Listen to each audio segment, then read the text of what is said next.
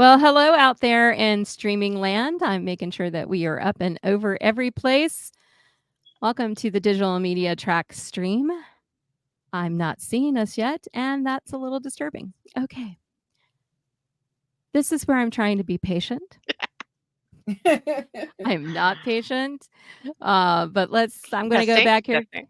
Testing. Oh, well, we must be live somewhere because it just went out on Discord. So we're live somewhere. Come find us.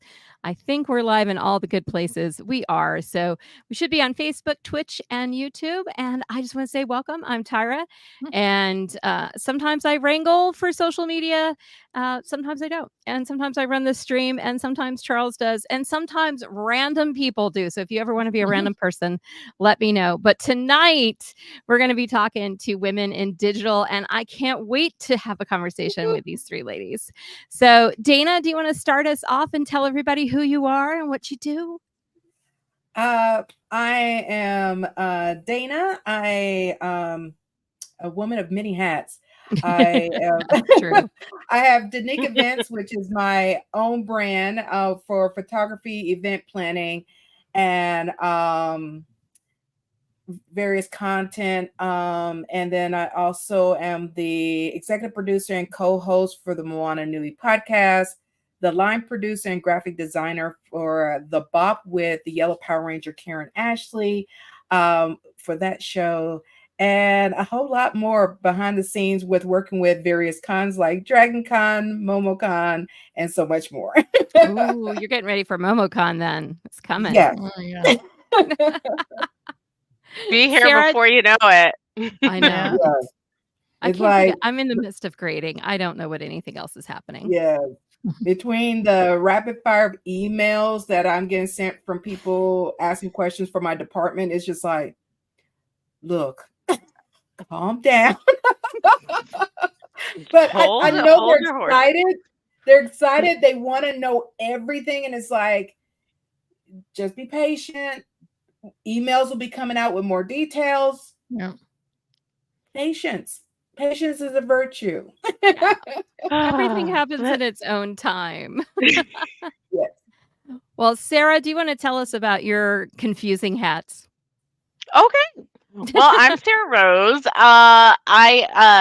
You can find me kind of everywhere. I'm kind of a jack of all trades, but primarily I am the founder / self-professed stage manager of DragonCon Theater and Performing Arts Lovers Unofficial. We're unlike our title, we're not just for DragonCon, we're for all theater lovers, whether or not you've been to the convention or not.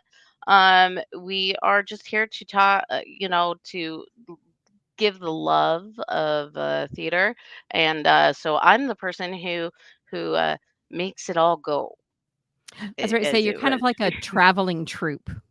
Exactly. We're a traveling troupe, and I'm the one who herds all the cats. That's what a stage manager does, and so that's why I picked it as my title. It sounds like a good one.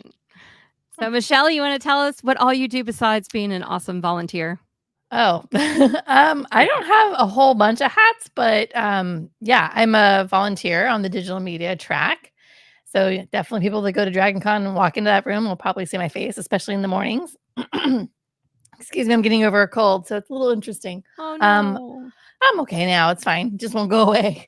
Yeah.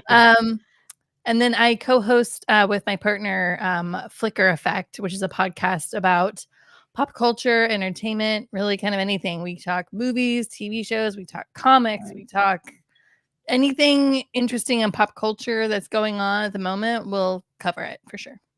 And I think you're doing it live at DragonCon? This will be our very first time. We're going to have a live show going. I think we're slated for Friday night. I think we're Friday night. I wish I knew. I don't know, but I'm super excited.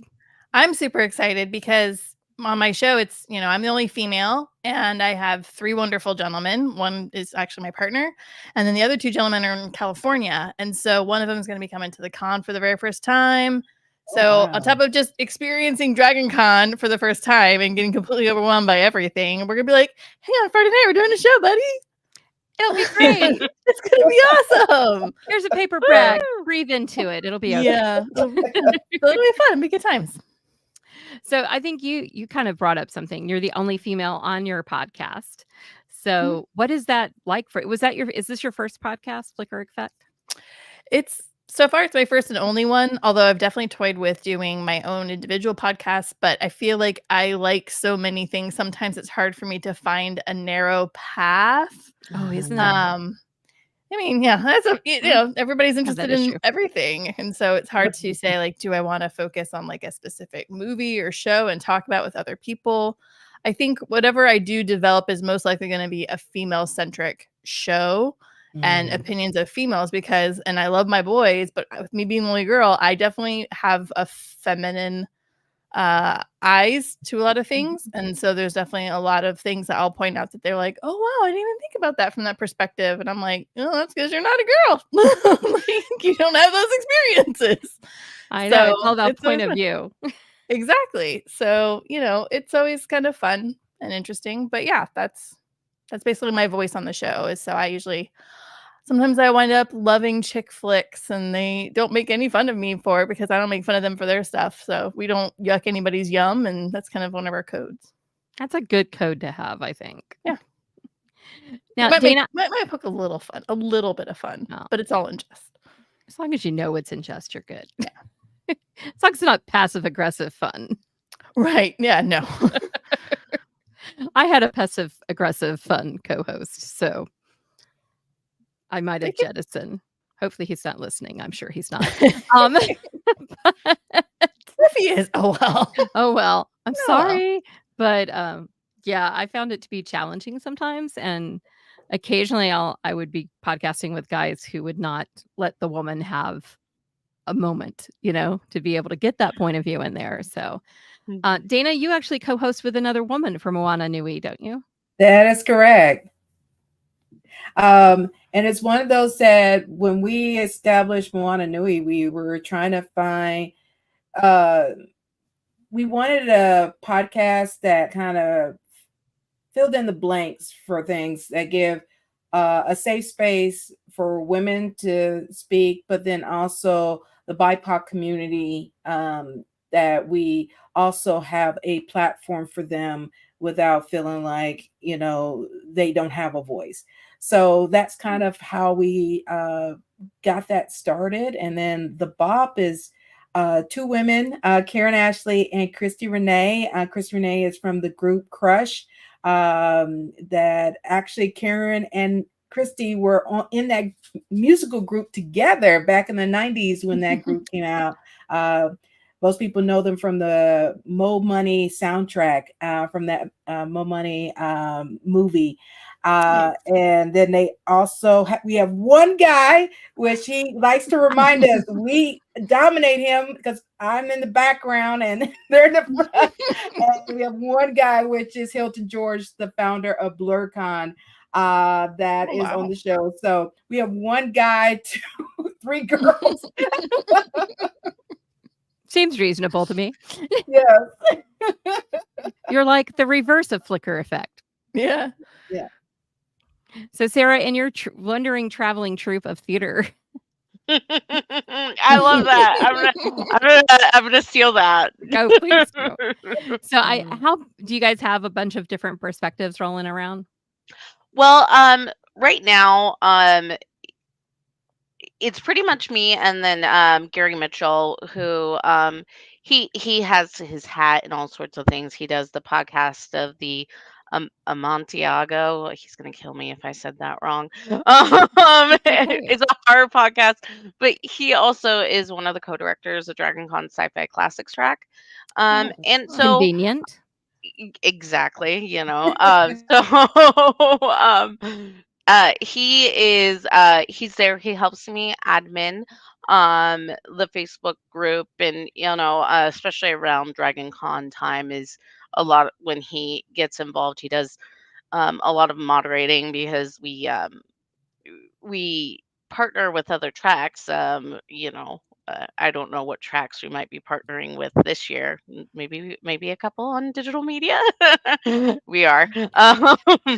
Yes, we are doing 2 on digital media. Yay!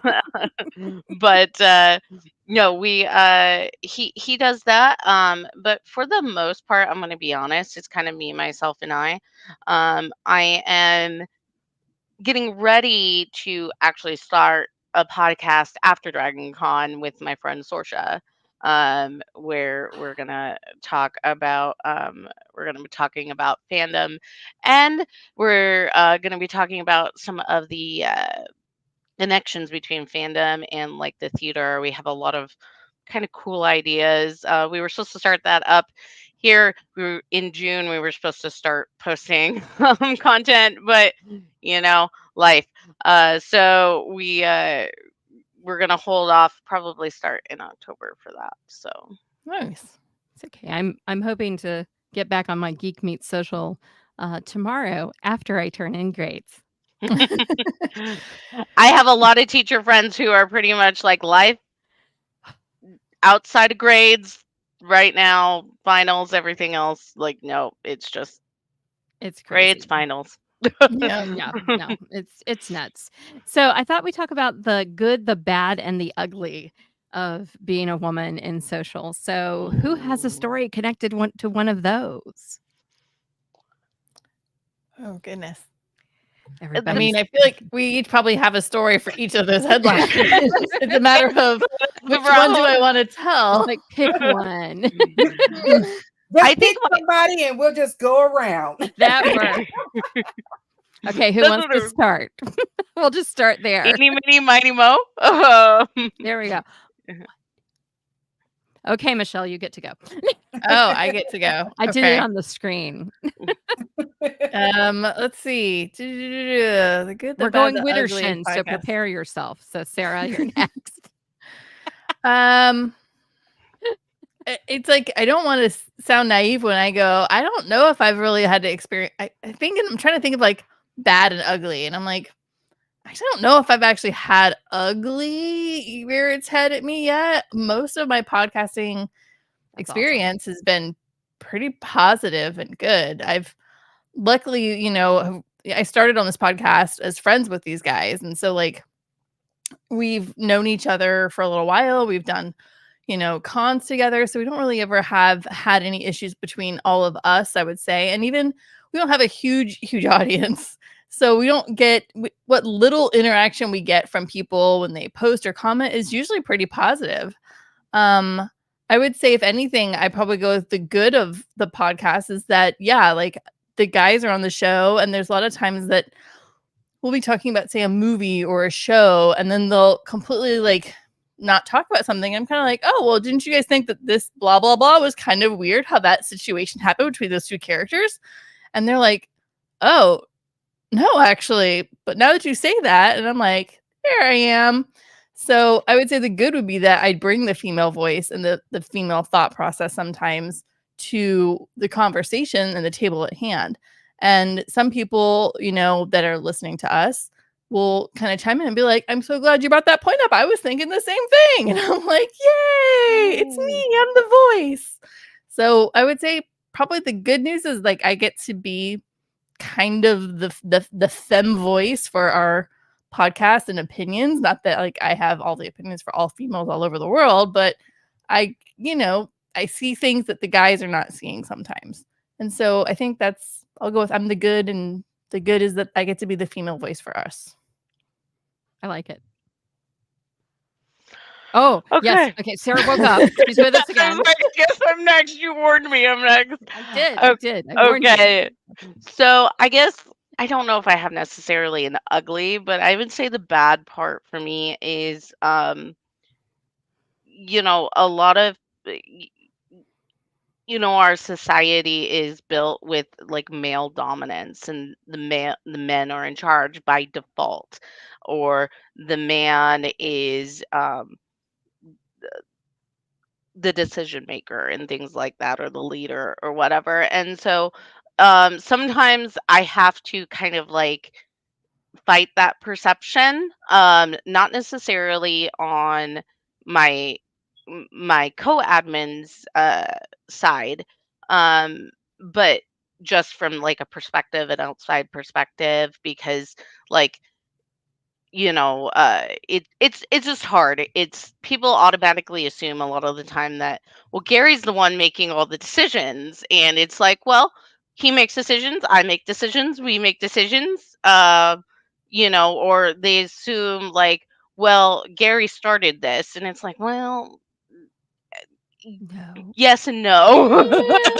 you know, um, he came on a couple weeks after, but that's okay. I'm not diminishing him, but sometimes I feel like I'm diminished because I'm the woman, and so like I automatically kind of get put in the second slot when really I don't feel like I deserve the second tier. Um, I guess my other bad, just being a woman in media in general, not so much with my group, is, you know, um, when you're a woman, you're automatically like put into this context where if you say something or you state your opinion, or you go after something, you're being aggressive. And versus a man is being um, you know thoughtful, or whatever adjective you want to use there. Like it comes off as a negative thing when sometimes I state an opinion, or I say I want to do this, and I can be a very like forthright person. Like I go after what I want. I mean, I am a very passionate person, and um but I have been accused of being overly aggressive or rude, when in fact I'm not trying to be that way. And if a man says the same thing, um, then he's not viewed that way. Um, so that has come into things. Um, in fighting those preconceived notions, because I speak my mind. I try to do so in like a PC way, but sometimes that has rubbed people the wrong way, and I'm still fighting those preconceived notions about my personality and who I am and my work ethic. Um, the good is, though, just like Michelle said, I bring the woman's perspective into things. I bring that touch of like, well, maybe we don't want to say things that way, or we don't like um or we want to do this. We want to bring women into the conversation, because especially when it comes to theater, yes, 9 times out of 10 a woman is going to be involved with theater, um, but you still have like that male gaze, that male perspective, because a lot of the money and a lot of the producing does come from men. And so I try to always highlight women, and I get to do that because I'm a woman, and that's the good part about it. So It's a fabulous part about it. Yeah. exactly. I know Dana has stories. Yes. As far as the good, with both shows, it's shining light a lot of times with the marginalized communities. Moana Nui, where we have women, we have indie creators that come on our show. We have a segment called What You're Watching, that we have a bunch of geeks and nerds of various ages, and both male and female, that are on that monthly segment, talking about everything from, a movie that just recently came out to a TV series, everything. And then we also have a mental health segment that we have led by a Black female therapist. We bring in other people onto the show with her to talk about mental health segment topics like grief and healthy conversations and things like that. And then we also have the aspect of like tonight we have our segment Geeks Speak on Sports. So it's a panel of geeks that most people think geeks can't like sports too, Yes, they do. And the best part is the panel is predominantly women on there. We have two guys. We had to make sure we're inclusive. Two guys. But we want to show, because it's a misconceived notion that women don't like football, don't like certain sports, and they do. And we made sure with our show we have this wide range of areas that no matter what you like, you can find something you want to tune in for.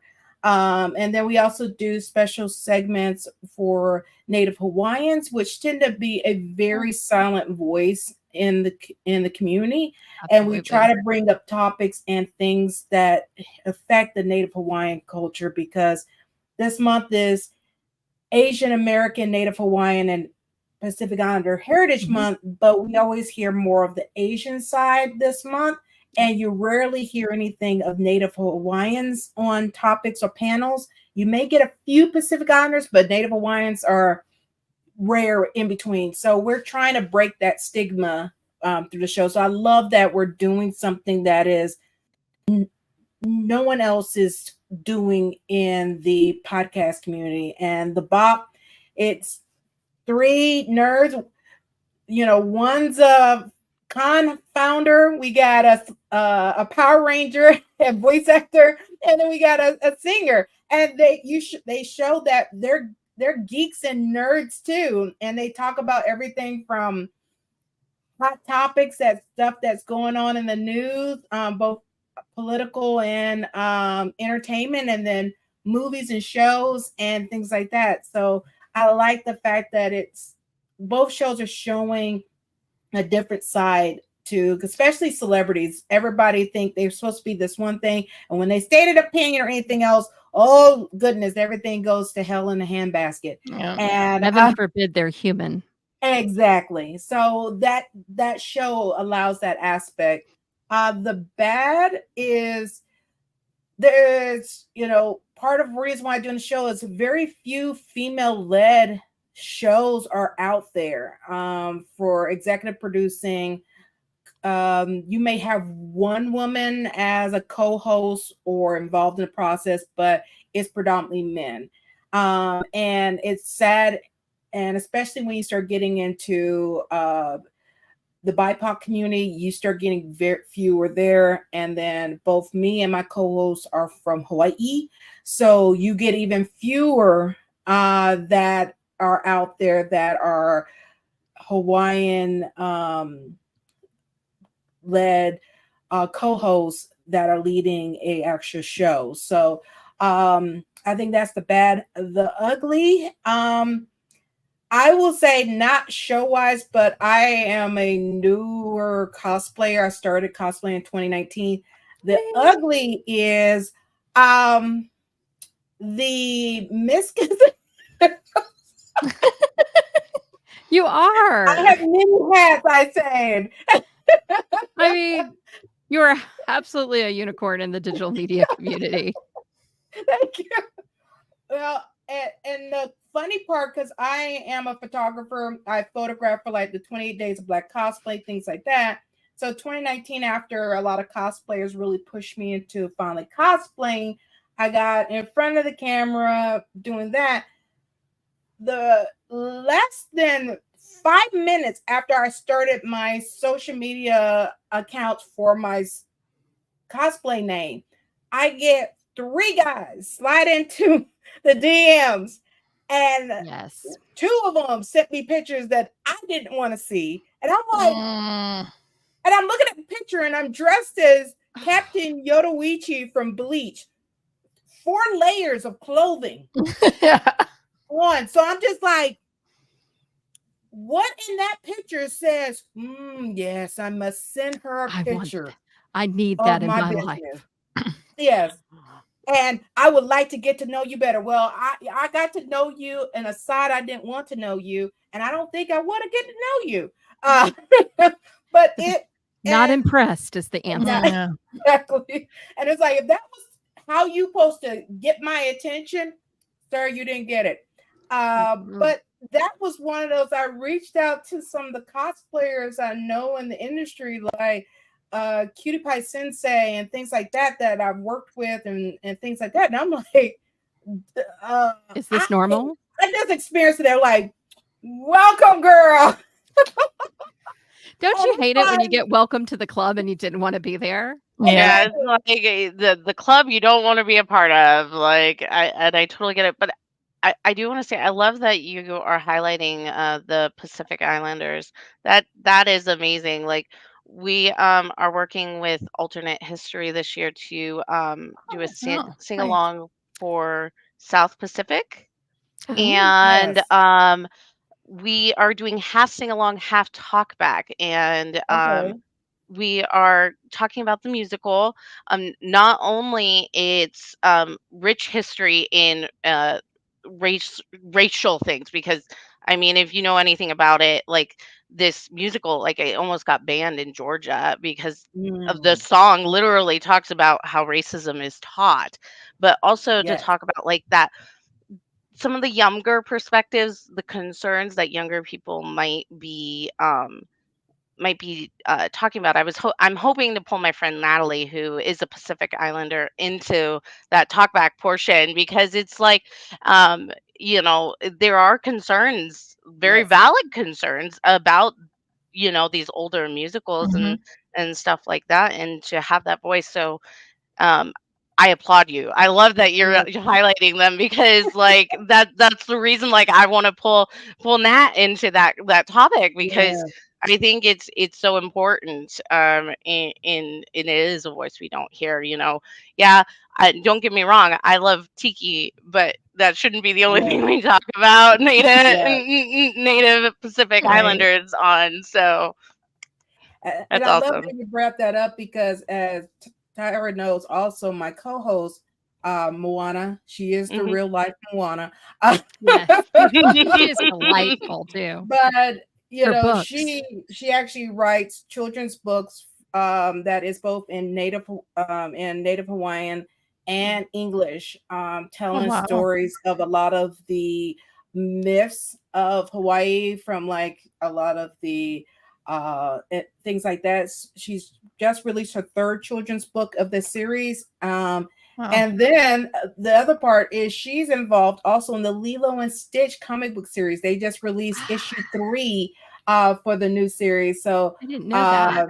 She's involved in that because she also gives the cultural perspectives for the series too, to make sure they're being very true, because the island which Lilo and Stitch is on for the movie and for the book series and everything is the island she grew up on. So she awesome. really gives that perspective of like, that doesn't happen there. But with her writing also involved into it, she can give that unique voice that is typically not seen, because Lilo and Stitch takes place in Hawaii, but how many people probably was on that staff that actually was Native Hawaiian?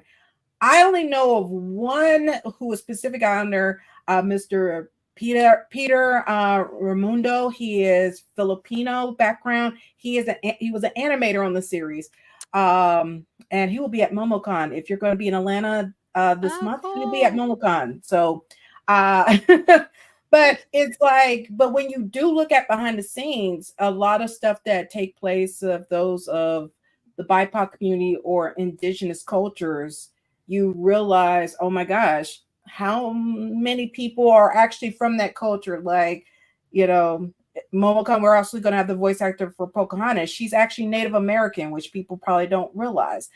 She's going to be there. But it's all these different things that matters. These little individuals, but collectively behind the scenes, they're not at the table. And as we were talking about that male gaze and that male opinion, whether you're cosplaying, whether you're doing different things, you were constantly hearing those keyboard warriors that tend to do that, either negative or they're very they're very sexist in their opinions. it makes the ugly come out, but more women that comes to the forefront to change the narrative, it's going to help give more voices for the women that may not be streaming, that may be behind the scenes, that can give them their voice. Yeah, absolutely. Well, that's great. Just I love everything you're doing. So I'm gonna have to check out your podcast for sure. So Thank you. Definitely listen. We're fingers crossed. We're hoping that we can bring the Lilo and Stitch group to DragonCon. Unfortunately, they got denied as guests for this year. So hopefully they'll come. They'll get accepted next year. Yeah, we gotta talk to somebody. Yeah, so, definitely. I'm trying to find out because the animating team, the writers, they were all on.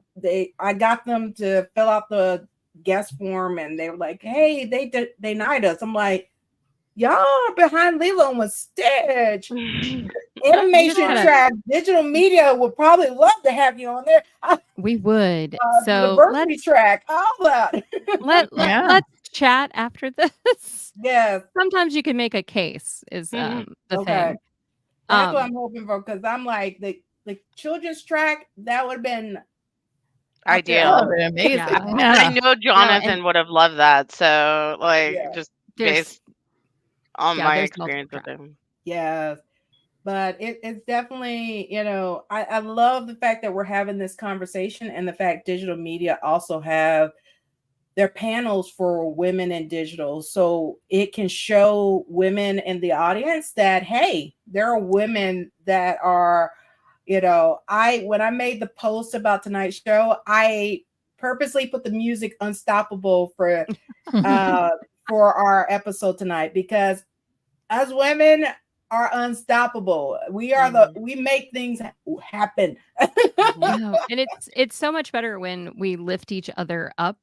And I do think that's one thing that digital media track women are really good about, is lifting each other up, even if we're from completely different points of view. Right. We defend each other and take care of each other. Sarah, you reminded me of something. Or do you go by Sarah Rose? So excuse me for that. You can call me Sarah. I answer to both. So go ahead. It's always good to know. I answer however anybody pronounces my name at this point. So backstory, I got married 14 years ago, and I became a Chiefs fan because that's what my husband was. So I've been a Chiefs fan for a while, and now I'm a Swiftie because our tight end's dating her. And that's just the way this life goes. But a man does something, it's strategic. A woman does the same thing, it's calculated. And she really highlights the difference in the verbiage. And that's one of the things I love about her, because I think that's so true. If you're a woman with strong opinions and you step up for yourself, you get called the B word, which I can say we're not on track. You get called a bitch. Can't say it before 10 on the track, but I can now. Well, and unfortunately, it closes a lot of doors, and and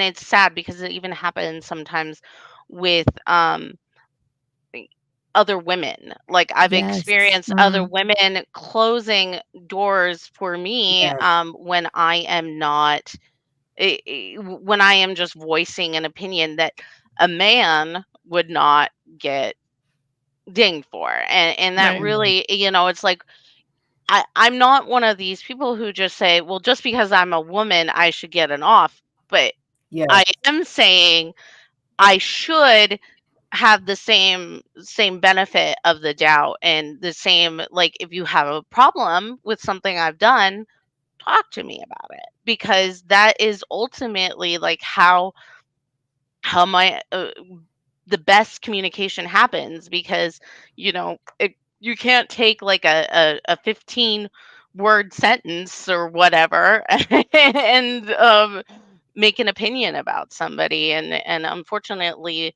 I've had a lot of women do that to me in addition to men. So all over social. So are you guys on Threads at all? I've used Threads. I don't use a ton of it. But I got on Threads and I was having a blast, and I posted a picture of me in a ball dress because We had a ball that we organized and I went to, and I'd never had a fancy pants, like that expensive kind of dress before. Sure. And I just made I've never had an expensive to me ball type of dress. I felt like a princess at our holiday party. And I got so many men commenting on it, following me, and I got creeped out. Like, Yeah. I'm a big girl. I am not, and that's one of the things that for me has been a complete challenge on social, is trying to be confident enough to be a big woman on social media, because there are nasty people out there. And here all these men are suddenly following me, and I'm like, you are not the Swifty girls, writers, and crocheters that I had before. No, And how did the algorithm get it this wrong? Yeah. Right. Like they said, there is somebody for everybody, and you fit that bill for them, and they're like, "Ooh, follow."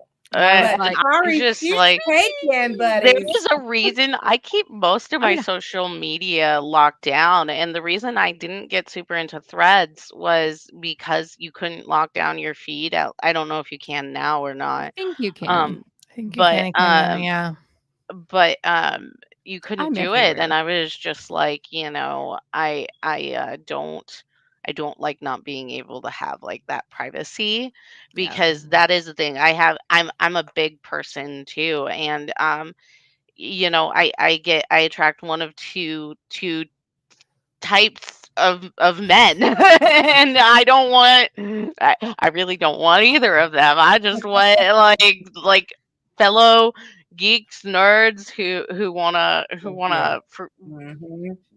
love on the last episode of Lost Girl or something like that. Like, that's where I'm at, and so Well, I ran screaming away from Threads to X, or Twitter, as I still lovingly call it, which was shocking. Everybody still calls it Twitter. Me too. Everybody still calls it Twitter. It's Twitter till we go. Right, Sorry, Elon, you're a jerk. Okay. Yeah. Then I got that off my chest. But Thank you. I block people like a mad woman over there, and it actually makes it tolerable. Well, and I like that you can mute people and you can mute words. Like, I don't want like a specific word showing up on my feed, then I can do that. I still have my Twitter profile, but I mainly use that to follow like the science-y medical stuff nowadays, because all of them, they pretty much are only on Twitter. So No, that's the only reason I use Twitter anymore. But it's still the best place of the minute. If it's happening right now, you got to be on Twitter to find out about it. Yeah. So I was kind of thinking about for now. Oh, what, ma'am? I said Twitter and TikTok. Well, TikTok for now. Yeah. Well, aren't they starting a new one? Like, I thought I saw that they were starting a new one. I have Blue Sky too. I've been on Blue Sky pretty much since it started, and I'm trying. I promise I'm trying. I really am, but it's hard to find your people. Like, I will say that once I became a chiefty, as we call ourselves, that's why Tyra blocked me. Oh my God. I have to show you what Kurt just said. I do not block you, sweetheart. She says. But I got to take him off. There's something that just popped up there. But I can't remember what the hell I was saying. Hi, I'm grading and I'm blonde. ADHD squirrel. Oh my gosh. So bad. It's not even funny. I see. I got to take care of that in a minute. But finding your people on Blue Sky. Oh, finding my people on Blue Sky. I had a really hard time. I'm on Blue Sky, Spill, Be Real, you name it. I'm on it because I teach social. And so one of my things is I go and try everything.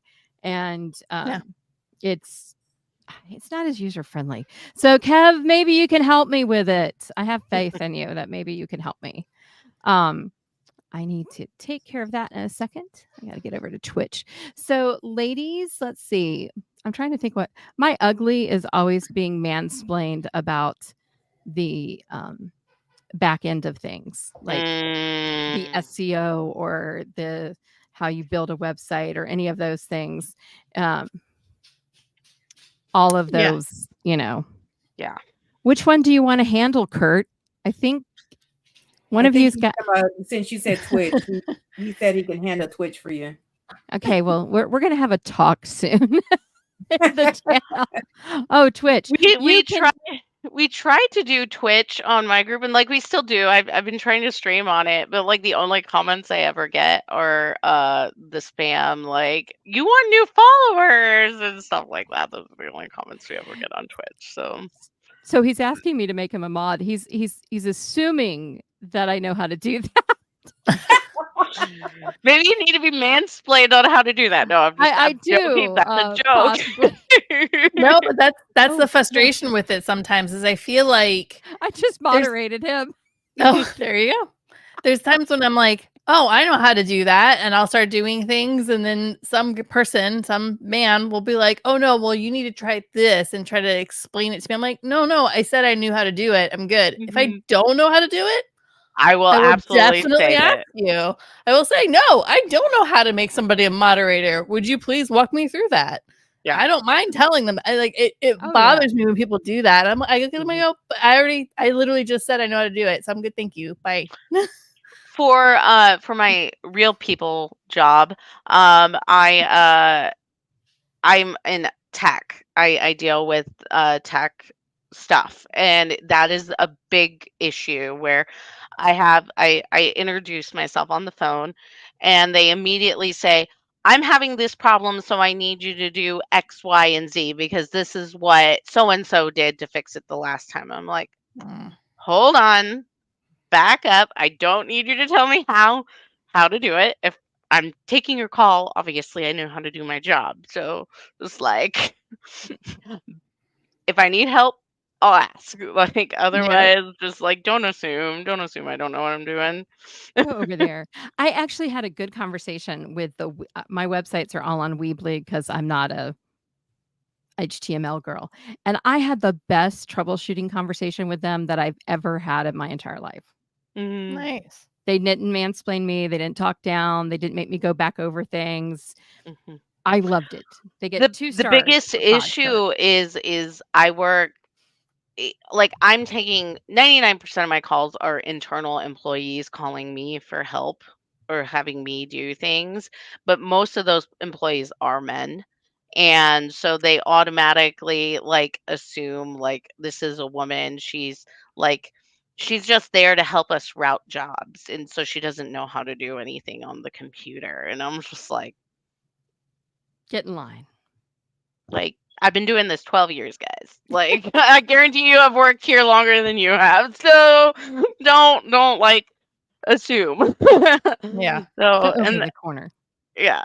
But if I need help, I legitimately voice that. But sometimes again, that gets into like being aggressive or being annoying because then I'm asking for help and I'm taking up space and I'm taking up audio time, asking for help. And geez, typical woman, she's asking for explanations or things like that.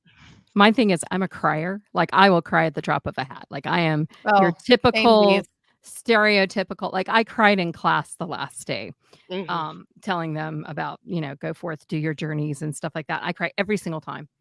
And being a woman, that's like worse. Yeah. You're perceived, the perception is that you're weak and emotional and you can't control things and your thoughts and that's a problem with guys are the most emotional things out there. And the thing is like emotions are healthy and like we still come from that generation, at least I do, of where when I was a kid, I was taught emotions were a bad thing, and especially emotions from a woman were a bad thing. And coming into the mental health aspect of it, it's a good thing, and sometimes it can help our communication, but they don't see it that way. And so, well, and I'm a crier too. I cry when I'm happy. I cry when I'm sad. So yeah. Jennifer's my bestie, and she knows I cry at the drop of a hat. But like so back to me being a chiefty again. If you haven't watched Jason Kelsey's and Travis Kelsey's New Heights podcast, do, because it is freaking amazing. You do have to like the F word a lot. because they say it a lot. But they get praised all the time for being emotional men that are willing to cry where people see them and being emotional about their mother. And you don't get that same kind of response when it's a woman being emotional, just like Sarah Rose was saying. It's like, it's just as vulnerable for us to do that in many ways. So go ahead. The question that I have next for you guys is, what are you doing to stretch? What are you doing that you're taking, either dealing with fear or challenging yourself? What is it that you're stretching about right now? Because I think that's important. I think it's important to stretch. Yeah. And if anybody out there, Kurt, Jennifer, if you have questions, please drop them in the chat. Yes, definitely. I'll start this time since I went last. We'll go clockwise this way. My stretch was being on the podcast. I, in my day job, in being a photographer, everything, I am usually behind the scenes. I am not in front of the camera. I'm none of that. So the fact I had to get in front of a camera, go live, and people to see and hear me was a huge stretch. And same for Moana. When we started this, we're about to 4 years streaming with Moana Nui podcast. But that was a huge stretch for me. But then now I'm stretching myself further of seeing, okay, where are gaps, that stuff that's not being covered, people are not being representative, the conversations that aren't being had. We made sure we talk with people that were boots on the ground in Maui when the fires happened, things like that. We're constantly, me and Moana are talking like, okay, what other perspectives, things that we're not hitting with and everything. So we want to try to have as many voices out there. So that's our stretch, to not stay in our box, to continue growing ourselves and extending ourselves further than this work, we ain't changing perspective. A lot of people tend to get into. It's true. So Sarah, how are you stretching? Actually, this is an example of me stretching. Being more independent, being more vocal, not, asking permission. Okay, like that is a big thing. I have a lot of that response of, I'm going to get in trouble. Like, because as I said, I'm outspoken and I'm used to getting in trouble for what I say. So not being afraid of, being independent, not hiding behind like a screen, and not talking about myself and what I do and what I love. I just got off of a 5 panel series with Urban Fantasy talking about the Lost Girl series. And that's not something I would typically do myself. Yeah, I always did panels at DragonCon. I love doing that. But I would not like put myself into that digital space where, especially if I'm not like with somebody. Like when I started this group, I always had to like have Gary beside me. Like he was my crutch. Like, and I realized that that's not helping me, and it's almost hurting the group, because I can't always rely on somebody else. I need to, if I want something, if I want to do something, I need to do it myself, because while he's always there, he's got his own stuff to deal with, and so we can't always wait for people. So being vocal, being more willing to put myself out there is my stretch, and so this is a really good example of that. Yay for stretching.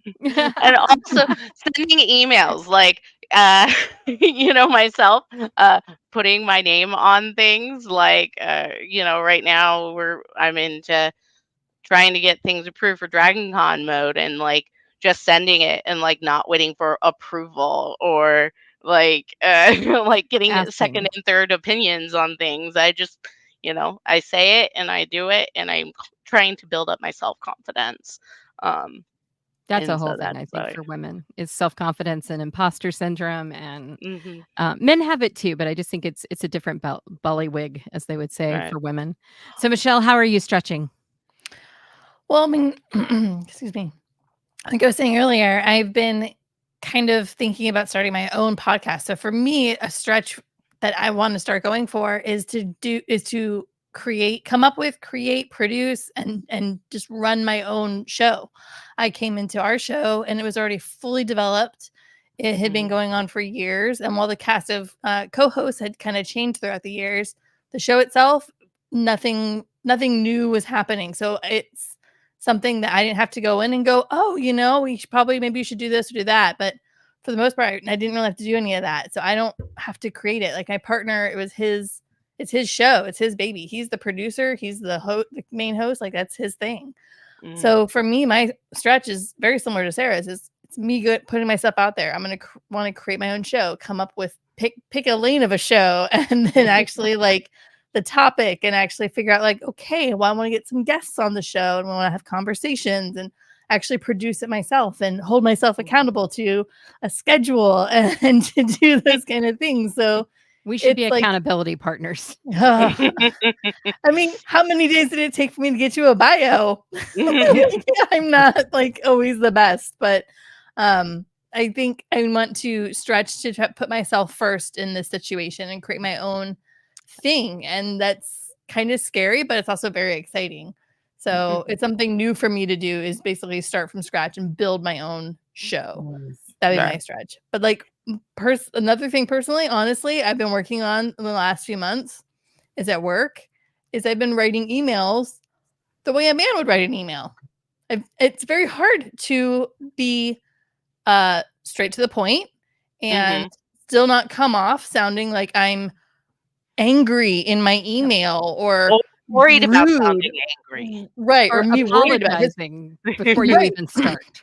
So like I've stopped apologizing for everything in my emails. I'm like, why do I keep apologizing to these people? I didn't even do anything. Like Mhm. It's like we're trained.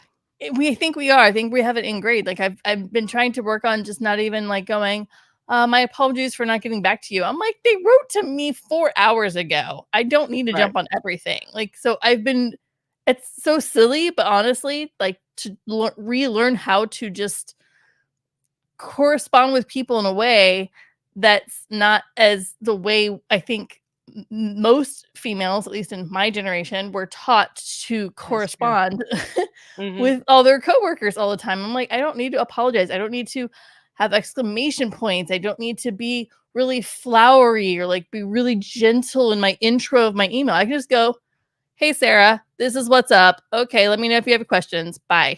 I Right. can just be that way. And I'm not trying to be a bee. I'm Right. just No, you're just I You're so also true. one of the things I'm trying to get out of the habit is the LOL crutch.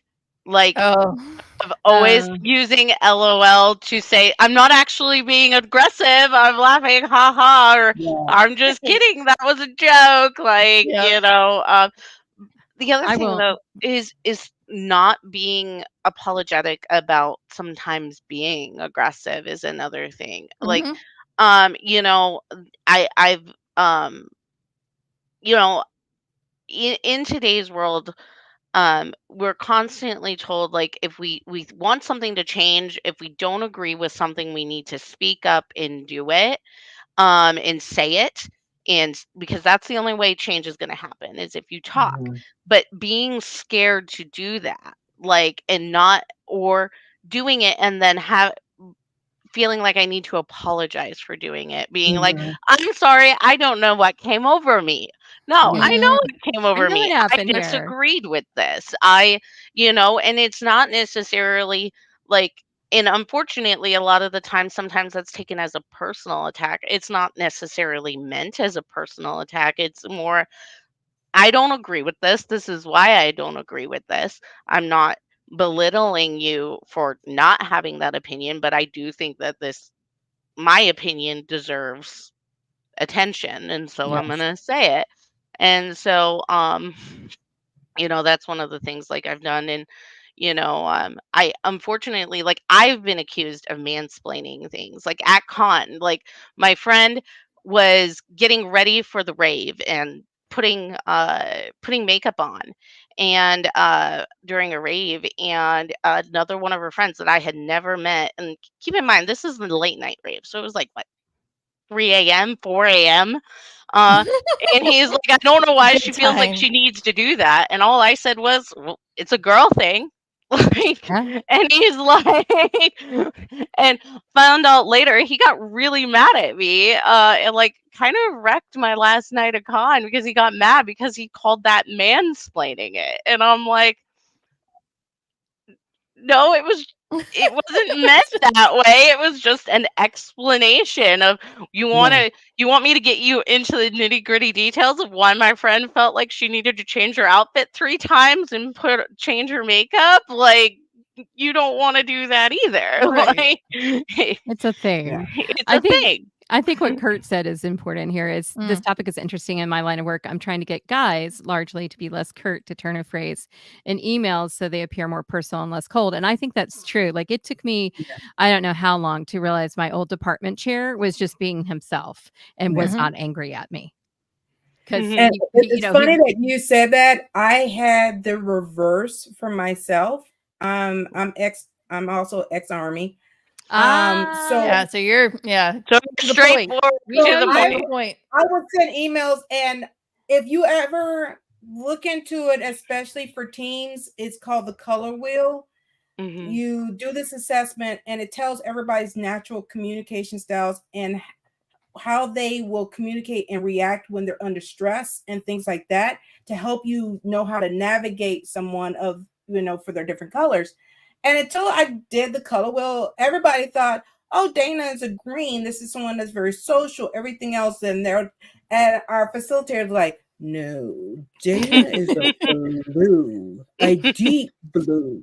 And blue is someone that needs all the facts. When they email, it's bullet points. It's just like that. And that's how it was. But for always the first year of every job I worked at, my bosses would be like, hey, can you talk with Dana? She's not very personable in her emails. And it's not coming from men. It was coming from other women. And they were just like, or when we tried to talk with her on the phone, she's just like, hey, what do you call me? I have the same problem sometimes at work. I'm very straightforward. I'm not. And they actually was like, and my current boss, she was so funny. They were like, yeah, Dana should at least spend at least 30 minutes talking to each person that I talked to. She was like, I already know what Dana's going to say about this, but I'm going to say it for her. That is like yes, this is also awesome. That this is another great assessment, very similar to Color Wheel. It's not as in depth as Color Wheel, but it gives you a broad perspective. Like at my company, they do Color Wheel, they do Strength Finder. Is another great assessment to understand each person's strengths. But yeah, it's so funny because it's one of those learning about each person's communication styles. When we did this, I pivot my emails based on the person I know I'm emailing. I know my boss she's a red, so just like me being a blue, she wants it to the point. But I had to always make sure to be like, hi, Michelle, good afternoon. After that. I'm not that person. I never say hi and it comes off as aggressive, and I'm like, I'm sorry. It's not my fault. I'm not gonna apologize, but my boss was like, Dana is ex-military, but on top of that, she's about taking care of business, and while she's on the clock, that's where her focus is. She's going to be nice to you, but she's going to be, but no if flop. you push it too far, she might get a little nicey. She's going to be nice, nasty. She's going to be like, that's very nice. What do you need? How can I help you? It's like, what do you want? Because I deal with college students all the time. So I am very much how can I help you? let's talk about this. I'm very much gentler in my conversation because, and I think Kurt really hits upon it, it's how you communicate and who Yes, your audience is so important. exactly. And Well, I've got to and this find out can be more a about this thing. color wheel. So you're Yeah, going to have to. I've got to look But into that too. this is very easy to get, but I'll have to send you the link for color wheel. It Please costs do. more than disc, but disc gives you a surface level conversation going. Color wheel goes deeper. So especially for your team or your department, go ahead and have them invest in color wheel. That helps you get along better. Like our company does that, and every team I've worked with, we're able to really especially when the pandemic happened, we had to work remotely. We were able to not have misunderstandings in communications because we already knew each other's communication styles. So and text is so much harder. Yes. You know, it can be like for me, like, you know, when I'm communicating, especially at work, like, you know, I'm, you know, unfortunately I have the reputation of being mean because I'm by the book. And you know, that can come off in text sometimes. Like I find, again, leaning on like those LOLs and stuff like that, I find emojis, oh, I like use to emojis try to like crazy. communicate, like I'm not trying to be aggressive and I'm not trying to be a bitch. That's not my thing. Like, but I'm by the book probably more than a lot of people are because I'm guarding myself and I'm like standing up for myself, because if I'm not by the book, that's when I can get in trouble. And you know, that's a big thing for me. But you know, I've had people at work say, because when I answer phone calls, I introduce myself as Sarah, and I've had people say, "Are you the nice Sarah or the mean Sarah?" And I'm like, it just depends on who Wow. you're talking I'd be What like, we well, call now I know who you're talking to. to. And it's like I know which one I have the reputation of being is the mean Sarah, and you know, and it's unfortunate, and so. And I work with a lady very much like that. She's very by the book, very Mhm, curt, but she's got a biggest heart. Like people don't mhm, see it. And I am very much like I'm the squishy mother type, pretty much. And mhm, so I'll use emojis all the time with my emails to most students just so they know I'm not the professor that's being a jerk and sarcastic. So mhm, they can get a feel for what I'm saying, because sometimes when you're typing, it just doesn't come across as well. It's particularly to um depending on what kind of generation you're talking to. So Yeah, I was Well, and just for about me to that say. I was watching a video, like I think it started on TikTok. I do the Reels thing. I don't get into TikTok, but where they say punctuation is aggressive, and I'm like, what? Like, but it comes across as aggressive if you use the punctuation in like an IM or a text message. And so that's the generational thing, I think, that I just don't yeah. necessarily understand. I tell them I use punctuation, I do thumbs up, and none of it means bad things. Right, If right, I'm right. Right. angry, you'll get that emoji. So It's interesting, the female voice just being out there in general, and then you add a generational aspect to things, and I feel like it's true. a message can get lost in so many different ways of translation nowadays, and so it's it's a challenge, I think, to not only make sure that you, and I say this, it's almost like I feel like there's a burden on women Mhm, to be the voice of Communicators. like the communication and make sure everything's all copacetic, and I mm, want to make sure I'm not upsetting this person or that person, and it's taken a long time for me to go, I'm going to be me. I'm going to stop sugarcoating my emails. I'm going to stop using a million emojis. If I want to use emoji because I'm excited, I will. But I'm going to start just being who I am. And if you don't like punctuation, I'm very sorry. I'm an elder millennial. This is who I am. mhm. I'm tired of, I'm officially tired of apologizing for being my generation, and tired of being apologizing for being a female. Mhm, It's getting Yeah. super old. yeah. Well, and Well, and not the only other thing that, that's getting. Go I'm ahead. like the lost generation because I'm Gen X. Yeah, like people forget that we're here, Not so much in the TikTok age. Like, I mean, like everybody talks about Gen X not being around, and it's like I sure see a lot of Gen X posted on the TikTok or Reels or whatever it is now. I agree, Kurt. I agree. But the Gen Xers are finding their voice on TikTok. They really are. What some people on social media have put in as the Hobbit generation, so I'm a millennial, 1986, so right there in that like kind of older-ish millennial status. This is But so true what Jennifer just said. Women have learned how to become exactly. Exactly. Yep. And that's what I was, it. like that's something though that it's just it's unfortunate. And the other thing is like sometimes I feel like I have to take back my power of being a woman, like and speaking from a woman's perspective. Like sometimes I run into men who are like, especially if I'm the only woman, being like, well, if you're uncomfortable with it, say this and we'll back down. And it's like, if I'm uncomfortable, I don't need a code word. I'm just gonna tell you. Like, if I'm uncomfortable with something, let me just say I'm uncomfortable with it, and maybe not like have it come across wrong or aggressive. Like, No, if we're made to soften our language for them. Right. And that really sometimes bothers me, like when like men like feel like it feels like they think I need to be protected by giving me a code word or a code phrase, or like just tell us if it's getting too much. And it's like I don't need men to tell me that. Like Sometimes we need code words, not just for the men that we're with, but for the women. Like it's being different able when it's a woman versus a woman. For me, telling like no, I meant just in general in life.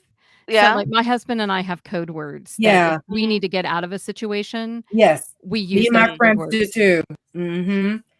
Like me and my friends have a code word. Like if I text or say, "Ooh, child, I want some black licorice," they know I do not like black licorice. So if I say that, they're like, abort mission, save Dana.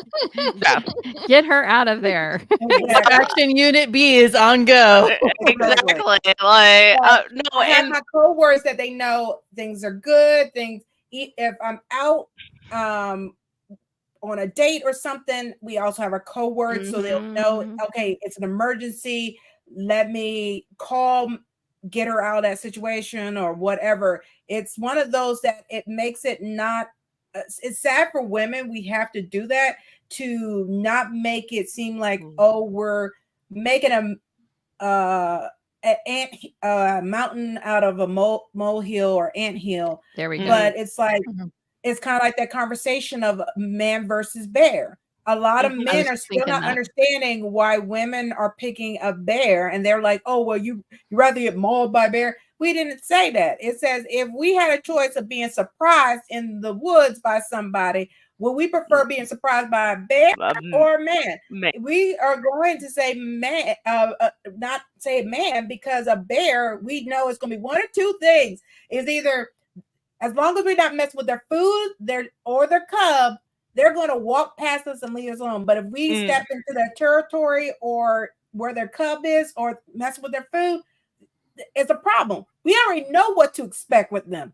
The other element, not so much. The odds are in our favor with the bear, and we know that. Exactly. And I guess my thing where I come in for the code words is I don't want a man telling me this is my code word. If I say versus a man saying, so Sarah, you're the only person talking on this panel, and I'm just throwing something generic out there. You're the only woman talking on this panel about Star Wars. Okay. And so if the topic comes uncomfortable, how do you want to address it? Or do you want to use a code phrase? Or do you feel comfortable stating your opinion? Like, don't tell me I need to say the word Tatooine to get out of a conversation. ask me how I want to get out of my conversation. Don't feel like you need to protect me, or say, Sarah, do you want us to interfere? Like, do we want you to shut down the conversation? It's like they're trying to be kind and understanding of you possibly being in a situation that's uncomfortable, but they forget that you're also, even though you are a female, you're just human. And if you're uncomfortable, you'll just say you're uncomfortable. Like it's right. Or it's give like me the opportunity trying to too say hard. that. Yeah, Right. it's like they're trying to be too, I don't know, soft about this. I don't know. It's Well, weird. and what you can do instead is say, if anybody's uncomfortable, tattooing is our phrase, because then you're not signaling out anybody. Kurt just had a really great question, and Jennifer had an answer. Okay, answer another sincere question, because Kurt is our sincere guy tonight. If, as a guy, I'm sensing that someone's being a D-bag towards you, do I sit back? Not sure how to navigate that. My instinct is to call it out, not as a white knight, but because the other person is being a douche. Yeah. But I agree with Jennifer. Speak up, because a lot of times if that woman is by herself, having a guy saying, hey, what you're saying is inappropriate, and showing that she has someone that's backing her up, that means more than anything. We don't need you to be like, I'm about to punch this guy for you. Nah. Now, if I ask you to, we don't want to be the excuse for you to let out any rage. You can just back us up. And that's the thing. Like, you know, when I, like at con, like if I have a guy approach me or say something to me like that, I'm, or a gal, or a non-binary person, this isn't just men who do things like that.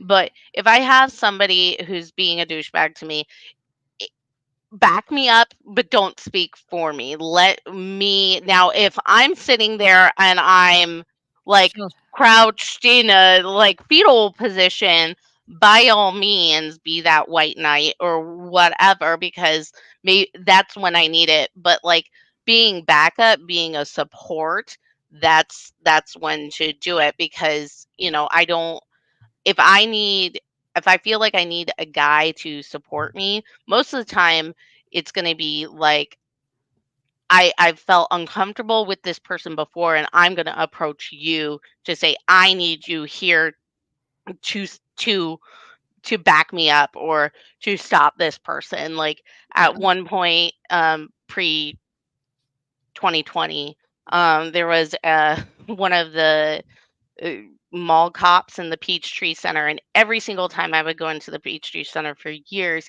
he would stop, and he would stop me, and he would, like, if I was alone, and he'd be like, so what kind of sexy outfit are you wearing at your con and costuming, and just like being a total like creeper. Oh yeah. Yeah. Then I would have my guy friends come and be my white knight and walk with me. And if he came, and he did sometimes come over and like my friends, because I didn't feel comfortable, this guy in authority over this area, I didn't feel comfortable necessarily voicing myself. They were my white knight, and they would say, hey dude, that's not cool, back off. Yeah. Like, and as women we can do that too, you know. Right. I didn't feel comfortable because he was person of authority, and especially back then I was really not good about using my voice in a and pro me. Sometimes it's dangerous to use your voice. Yeah, I think if you're ever in a situation where you feel uncomfortable or weird about it, but for some reason you yourself don't feel comfortable to voice that to that person, if anybody around you, be it a man, a woman, non-binary, whomever, if they're a person that is able to pick up on your visual cues of your body language, and they're capable of seeing that, you don't even have to like say anything to that person. You can even just look at me and say, hey, is this other person bothering you? And you just can't speak for yourself. That gives the opening of, yes, actually this person is bothering me. And they can say, hey, you're bothering this other person. Would you mind just letting this person have their space? And the few times that's actually happened, it's worked. They'll just kind of be like, oh, okay, I guess you speak for her. And they kind of go, no, man, she just said that. I asked her. That's what she replied. Go with it. And they'll back you up on you saying that. They'll be like, I don't want any beef, but she says she's uncomfortable. There's your answer, man. And I've had guys say that. So I think anybody can do that for somebody. Yeah. And Yeah. I think the thing that Kurt's talking about in terms of navigating that as a man, my husband is 6'4", 300 plus pounds. He's huge, and he's huge when he walks into a room, and he's intimidating, but he's a teddy bear. So for him, he's making those questions like Kurt's doing. When do I step in? And Jennifer's right about reading that body language or asking first, or even that old West kind of, ma'am, do you need me to, Yeah, I you have know? no problem with somebody asking, "Do you need help?" Because I've done that to people. Like, Mm-hmm. "Are you good?" Just like that Yeah. simple statement. And if and I've had people tell me, both men and women Mhm. and non-binary people say, "No, I'm not." And that's when like it's like, okay, now I need to step in, but I also don't want to take away anybody's voice. And I do feel like it's important for people to be able to use their voice if they want to. Like, I Yeah. shouldn't have to squash that. So And that's why I think the ask is always really important. Just mhm. ask. You can just ask. Mhm. And sometimes, I mean, like if Shane asks somebody that, that's going to shut somebody down without, Yeah, Mhm. I bet. they don't know he's a teddy bear because he has resting grumpy face. His wife sometimes doesn't know that he's because I'm like the little delicate flower and my husband's like the grumpy bear. And I'm like, Mhm. oh, so you're really happy. You don't look happy. Mhm. So he just I by I un himself. I understand that stoic look. Oh my I gosh. get Yeah. that. Oh my gosh. Because I'm like the, happy, happy, joy, joy. Hi, my name's Tinkerbell. Um, so, so Kurt, I have I'm either that or I'm the one that's just like, okay, let's get stuff done. see, this is great. This is going to be a late night conversation at DragonCon. I feel like Mhm. we'll take over the room afterwards, get some alcohol and chat about it. Cause it's so hard. It's hard for us as women, but I think if we talk about the good guys out there, the Mhm. cuddly bears, it's also difficult for them. Mhm. Because they are you like my husband is definitely a white knight kind of guy, and so his instinct is to protect and in a good way, but Mhm. trying to navigate how to do that now is more difficult. Yeah. Yeah. So Kurt, you've been awesome. Jennifer, you've been delightful. She Mhm. knows all about my husband's resting grumpy face. Yeah. No, and by all means, I think that, as a woman, I need to sometimes I have to remember that the majority of guys aren't bad. Like, the most people, if they're offering to help, they mean it as a good thing. Mhm. And that's one of those learning things that like I still have to do, and it's an ongoing struggle of like, don't automatically distrust somebody because of an interaction you had with somebody else. We've Isn't that we've hard? spent so much of our lives armoring ourselves up against Mhm. future attacks that sometimes we forget we don't always have to have those shields up all the Mhm. time. We can't say that, but we're glad you did. I was gonna say it, but But we appreciate you, Kurt, and Kurt's wise beyond his years. Yeah. So, um, I And can't remember. Oh, go ahead, because like Tyra couldn't no, remember. I was just gonna say, like, sometimes, like, just like with guys, sometimes girls don't get everything right. We don't necessarily read body language well, or Especially if you're a understand, nerd. yeah, or when to step in. So, I don't think it's just a guy's thing. I mean, sometimes girls can Oh my come gosh, off yes. Mhm. that way as well, and sometimes it's just negligence, like with my friend's friend, and to this day this person doesn't like me because of just those simple words that I said, which We're is,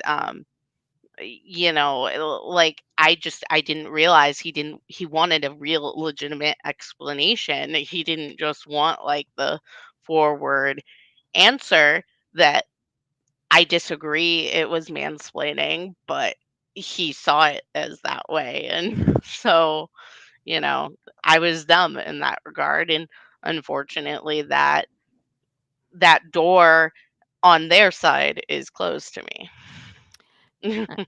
I think what Kurt's saying is true. Is nerd divergent because so many of us are nerds and are geeks, and there's a level of social awkwardness that comes along with that, that can be difficult to navigate. And the power of words is just huge, and I don't think we talk about that enough. And it's huge toward us as women, but it also toward men. I know my mom used to think my dad didn't think she was beautiful, and my father absolutely worshiped the ground she walked on and thought she was beautiful. But at some point, 50, 60 years ago, when they first got together, he said something off the cuff that she kept for, because she was a Scorpio. So she kept it forever, and I'm looking at her going, you're cray-cray, And finally I looked at her and I said, if you don't think you're beautiful, then I must be ugly too, because I look exactly like you. No, and she shut up after that. Yeah, that'll do it. And it is words and actions, and also like thinking how like your words will affect somebody else. Like I'm dealing with that, and some of my hobbies is like the words other people are saying and the things they're choosing to say are affecting me, and learning how to communicate that with them, and like not being not I don't want to say like that they're being how should I say it? They're not meaning to take away from me, but it comes across that way, and how to communicate and stuff like that. And are they just being dumb, or are they being malicious? Yeah, it's such a, you just never know. So we're just going to give Kurt a thank you. You asked good Thank you for questions. being here, Kurt. Thanks for being a wonderful guy and not a bad bear or a good bear. I don't know how we're supposed to talk about bears anymore. I got to figure that out now. Thanks for being a good bear. There we go. I'll take it. Good man bear. If I met Kurt in the woods, I would be okay with that. He's laughing at us now. So we were past time, which is awesome. He's a good man bear. That's what he is. He's a good man bear. He's sort of like Winnie the Pooh, but skinny. By the way, Kurt has the most amazing journey. He's going to be at DragonCon talking about health and digital media. Make sure you check his panel out. There's very nice, very nice. So I'm going to try to wrap us up here. And he wears pants. We're very excited about that, Kurt. He's not like Pooh. Pooh does not wear pants. This is why I can't be in charge. So as I try to get clothes, no clothes or no clothes. Like, isn't that how they say it at DragonCon? Like, cover the bits, people. Cover the bits. That doesn't necessarily mean pants, but we appreciate pants. Let me put it that way. Togas are fine. Kilts are fine. I just don't want to. I don't want to see anything dangling. Let me put it that way. And that goes for women and men. Yes. I still remember. So, like one of the worst experiences I ever had at DragonCon was a man came up and tried to put my hand on his junk underneath his kilt. Oh, yuck. Oh, wow. Yuck. And I was, how fast did you get to security at that point? Well, and he was an acquaintance friend, and he was a very popular person. Ooh. And I was just like, what? That's a whole conversation that I could have. Like dealing with like popular people, like celebrities, and like that was not appropriate. Pissing off the wrong celebrity and being scared, and when I say celebrity, I don't mean like celebrity, popular person. He was a connoisseur that a bunch of people knew, but and that's we'll leave just that it. there. And now I would just punch him. So I've come a long way. And actually, I would let my husband punch him because it would hurt more. No win. So ladies, we're going to wrap this up. What I want to do is we started with Dana. So we'll start with Dana again. Where to find you? What's next? I'm going to throw your links up here. And I just want to again say thanks to Jennifer and Kurt for engaging in our conversation. Yes, definitely. You can find me, Moana Nui Podcast. We're on all social media platforms.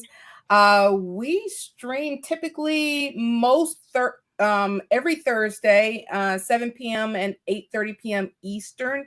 But we also stream on Wednesdays and Tuesdays, depending on the guests. We may have to do other days of the week. The BOP, we stream Tuesdays at 7 o'clock p.m. Eastern on YouTube, Facebook, and Twitch.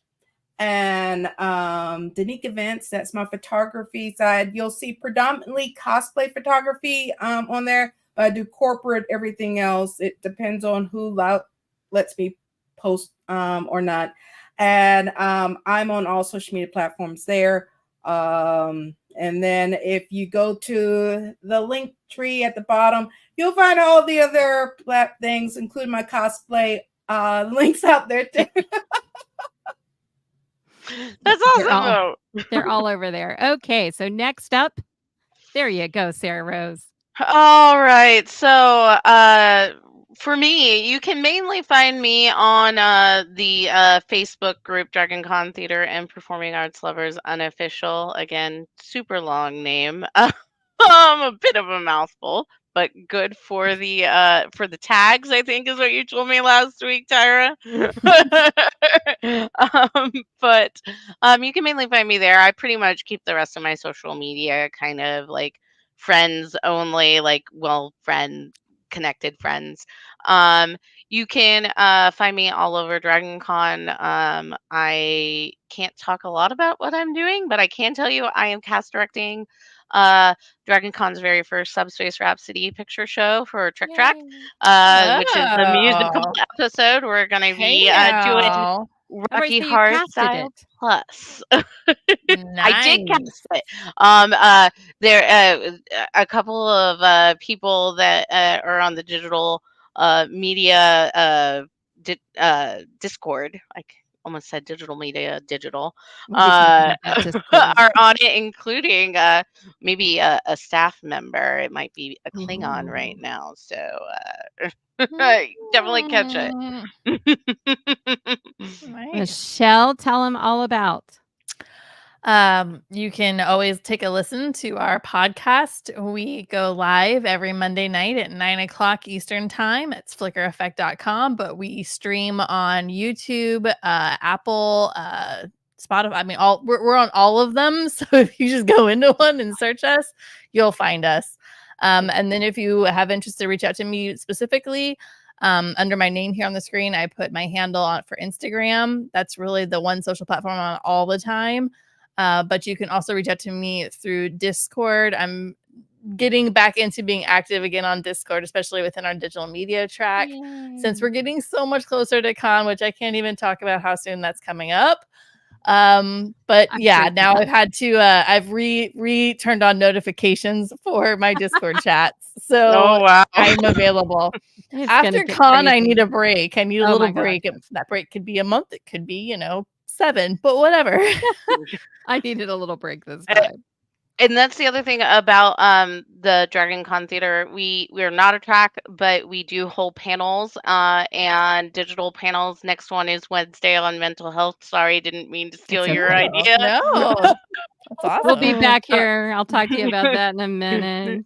But yeah, no, we're definitely at least one, normally 2 a month. We're doing that. So definitely check out those as well.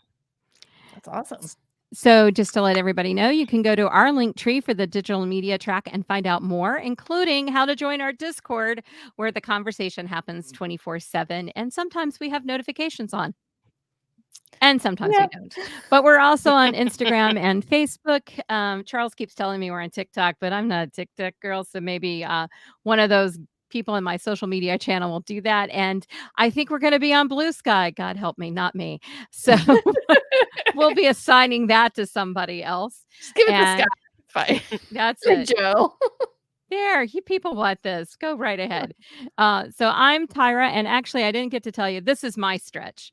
I hate being on camera, and I got bamboozled by my own college into doing a podcast called Building Bold Connections, which I thought was going to be a podcast, and it became a video cast.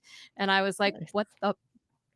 And this last time I showed up, I know there are 3 cameras now, multiple lights. They live switch while we're recording. It's cray-cray, and I'm trying to adjust. But I've never liked a camera because I am a big girl, and I didn't want to hear it. So I'm learning to stretch, which is what I started doing here, thank heavens. But you can find me everywhere as Tyra Burton, except for X Twitter, where I'm Tyra Ann Burton, because Tyra Burton was single and ready to mingle. And that was all she ever posted. Okay. So, but you can find me. I'm not hard to find. Everything's out in the open. If you love dogs, cats, I'm your girl. And come back next week where we're going to be talking mental health at the same time Sarah Rose is going to be. But I'll be here with Kaz and Cassie from, I just forgot her marketing agency. We've got a show planned for you guys. And then Charles is going to be back here with Nick, whose name I've forgotten. But if you look at our feeds, you can find out because there's a post, I promise. And then I have no idea what we're doing next. But you can catch us live on Wednesdays. And this is our Awesome Together. That's kind of our theme for the year is let's be awesome together and help each other. So thank you, ladies, for coming out and playing with me tonight and having conversation. Love you guys, everybody. We'll see you on the flip side. Bye, everyone.